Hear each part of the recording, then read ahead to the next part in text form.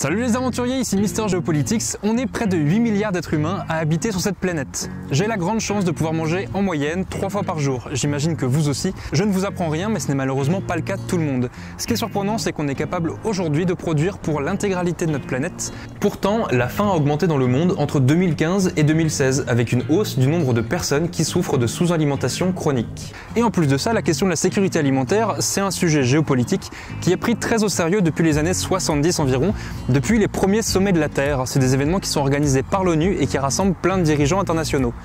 Je dois vous avouer que je ne me suis pas familiarisé très tôt avec le sujet de l'agriculture et de l'alimentation. Pourtant, en géopolitique, c'est un sujet crucial puisque pour nourrir 8 milliards d'êtres humains chaque jour, il faut être capable de gérer cette production, donc de choisir comment est-ce qu'on produit et où, ensuite la transporter et la distribuer. Et bien évidemment, dans tout ce processus, il y a plein de variables puisqu'en fonction de la manière dont on produit cette nourriture, il peut y avoir plein d'effets générés. Par exemple, sur la qualité des sols, la qualité des produits, sur la biodiversité, et notamment sur ce que l'on appelle les intrants, l'utilisation d'intrants, les engrais, les pesticides, les fongicides, les herbicides dont on entend souvent parler. Pour nourrir tous les habitants de notre planète, on fait sortir du sol chaque année 8,4 milliards de tonnes de nourriture, soit un peu plus d'1 tonne par personne et par an. Les principales denrées agricoles sont la canne à sucre, le maïs, le riz, le blé, la pomme de terre, la betterave sucrière, le soja, le manioc, la tomate et l'orge. Cette production agricole peut paraître très diversifiée, mais finalement sur les 6000 variétés de plantes que l'homme est capable de faire pousser, il n'y en a finalement en moyenne que 200 qui suffisent à remplir nos assiettes. De manière plus précise, on estime que chaque année dans le monde, 66% des récoltes sont faites grâce à une dizaine de plantes seulement. Parmi les principaux pays producteurs, on retrouve souvent toutes denrées confondues, les États-Unis, la Chine, l'Inde, le Brésil, le Nigeria ou encore l'Indonésie. Si ça vous intéresse, l'OCDE a créé une plateforme qui permet de sélectionner les produits agricoles de votre choix parmi une liste. Ça vous permet derrière de filtrer région par région quels sont les principaux acteurs au niveau de la production ou encore au niveau de la consommation. C'est vraiment enrichissant de voir les données sous cette forme-là car c'est très visuel et en plus ça vous permet même de faire de la prospective jusqu'en 2028, ce qui permet par exemple de voir comment va évoluer la production du soja au Brésil, surtout quand on connaît l'impact environnemental qu'il y a derrière. Sur les 8 milliards d'êtres humains que nous sommes aujourd'hui, l'agriculture emploie 26% d'entre nous. Toutes ces personnes ne travaillent pas dans les mêmes types de structures agricoles, mais en schématisant, on peut distinguer l'agriculture familiale de l'agriculture industrielle. Et la FAO rappelle que chaque année, entre 70 et 80% des denrées agricoles mondiales sont produites par des agriculteurs familiaux. On va revenir un peu plus tard dans la vidéo grâce à notre expert sur certaines notions que l'on vient d'aborder à l'instant, mais déjà maintenant pour le moment, on y voit un peu plus clair dans ce grand tableau de comment est-ce que le monde se nourrit aujourd'hui. Simplement, pour être réaliste, il faut rajouter plusieurs défis qui s'imposent à nous. Premier défi, l'augmentation de la population mondiale. Cette population mondiale ne va pas grossir à l'infini, elle va forcément s'arrêter un moment lorsque certains pays auront terminé leur transition démographique. En attendant, il faut quand même être capable de pouvoir nourrir toujours plus de personnes chaque année sur Terre. Tout ça en affrontant un deuxième défi, à savoir les impacts du dérèglement climatique qui sont déjà réellement présents, avec plus d'inondations et des poches de sécheresse, qui rendent plus difficile la production des denrées agricoles de la manière dont on le fait aujourd'hui. Ces défis qui s'imposent à nous sont clairement de taille, mais parmi les objectifs de développement durable, qui sont des objectifs établis par des institutions internationales pour tendre vers un monde qui se développe de manière plus durable, comme son nom l'indique, eh bien on en retrouve plusieurs qui concernent l'alimentation. À présent, il est temps de se rendre à l'Agence française de développement pour rencontrer la personne qui va vous expliquer la suite. Bonjour, je m'appelle François Giraudy, je suis ingénieur agronome. J'ai passé une bonne partie de ma carrière en Afrique, d'abord dans la recherche, puis dans la production, dans l'accompagnement des producteurs. Et je suis maintenant à la division agriculture, développement rural et biodiversité de l'Agence française de développement. L'agriculture familiale, c'est l'agriculture telle qu'on l'a connue depuis des milliers d'années. C'est le paysan qui s'installe avec sa famille dans un environnement et qui produit de quoi manger, de quoi vendre pour subvenir à ses besoins. L'agriculture industrielle, c'est un industriel qui s'installe quelque part, qui prend des surfaces souvent grandes et qui sont utilisées uniquement pour des raisons de business. Souvent, très souvent, c'est mécanisé, c'est souvent avec des intrants chimiques. Voilà, ça, c'est les deux extrêmes. Mais en réalité, vous avez une agriculture familiale des exploitations modernisées comme beaucoup d'exploitations françaises dans le bassin céréalier, qui restent des exploitations familiales parce que c'est la famille du paysan qui est là depuis des générations, mais qui devient maintenant une agriculture qui a un mode de production industrialisé. Donc la distinction, c'est la possession de l'exploitation, qui peut être soit familiale, soit industrialisée, mais après, la réalité est assez continue. Dans les pays dans lesquels l'AFD travaille, l'agriculture familiale reste une partie importante, voire majeure de la population. Et donc, si on veut travailler sur les réductions de la pauvreté, sur la durabilité, sur l'emploi, sur l'amélioration des revenus, c'est une des cibles principales avec lesquelles on doit travailler. Sur le site de l'AFD, vous pouvez trouver tous les projets qu'ils mènent dans une centaine de pays partenaires. N'hésitez pas à y faire un tour et à les filtrer pour trouver parmi eux ceux qui concernent l'alimentation. Mais au-delà de ces projets, l'agence soutient d'autres initiatives qui permettent elles aussi de faire tendre l'agriculture vers un modèle plus durable et permettent aussi de renforcer la coopération entre les pays du Sud et du Nord. C'est le cas de Bioferme International, un réseau de 3 fermes au Sénégal, en Inde et en France, qui ont décidé entre autres de partager ensemble leurs bonnes pratiques et leurs découvertes qui leur permettent chacun d'avoir des productions plus durables.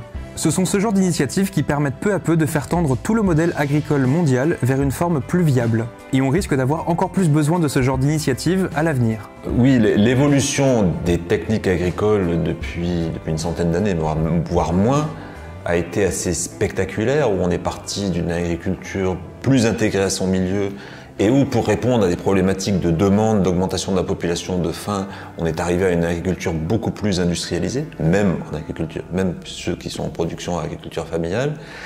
On s'est petit à petit éloigné du milieu d'origine et on est arrivé à une agriculture qui est un petit peu désincarnée de son milieu. On est arrivé à une agriculture qui est considérée comme une industrie, alors que ce n'est pas exactement le cas. Ce n'est pas une recette qu'on applique. Dans de nombreux endroits, dans de nombreux cas, on a vu que l'industrialisation de l'agriculture a amené à un appauvrissement de la biodiversité, un appauvrissement des sols, un appauvrissement de la matière organique, et c'est ça qu'il faut renverser. Sans oublier le fait aussi, qui est très important, c'est que on voit effectivement l'agriculture comme facteur de déforestation, de perte de biodiversité, ce qui est bien sûr malheureusement en partie vrai, mais il ne faut pas oublier que c'est aussi lié à l'augmentation de la population mondiale et l'augmentation de la demande. C'est aussi lié au fait qu'il faut nourrir plusieurs fois le nombre de personnes qu'il y a sur cette planète qu'il y a même 50 ans. Ça, c'est quand même, faut pas l'oublier. L'agriculture est vue comme bouc émissaire, mais elle n'est que le résultat de l'augmentation de la population. Donc comment arriver? Maintenant, on arrive aux limites du système. Avec le changement climatique, on arrive aussi à moins de stabilité dans les saisons, c'est-à-dire qu'ils sont de moins en moins prédictibles. On peut avoir des excès d'eau, des poches de sécheresse, voire des années entières de sécheresse qui mettent en péril les productions, la régularité des productions. Donc on est de plus en plus en danger. Et on est de plus en plus en danger dans un milieu qui est désincarné. Il faut donc amener à avoir un milieu plus résilient, des techniques de production plus résilientes. Donc ça veut dire ramener, encore une fois, de l'écologie dans les pratiques agricoles. Mais cette écologie, compte tenu de l'augmentation de la population, il faut de l'intensité. Il faut pouvoir augmenter les rendements de façon durable et ne plus se contenter du chimique pour augmenter les rendements. Ça veut dire qu'il faut le faire de manière pragmatique, il faut le faire de manière progressive, il faut que ça soit adapté à tous les milieux. Les techniques ne seront pas les mêmes, les approches ne seront pas les mêmes dans tous les milieux. Récemment, on a parlé beaucoup, par exemple, des jardins étagés dans les milieux tropicaux humides, qui sont effectivement des techniques, des approches écologiques fantastiques, mais qui ne sont pas réplicables au Sahel. Là, récemment, on avait un projet qui parlait de jardins étagés au Sahel, ça va être plus compliqué, de fait même du milieu. Il faut trouver d'autres matières d'associations agriculture-élevage, d'autres approches, etc.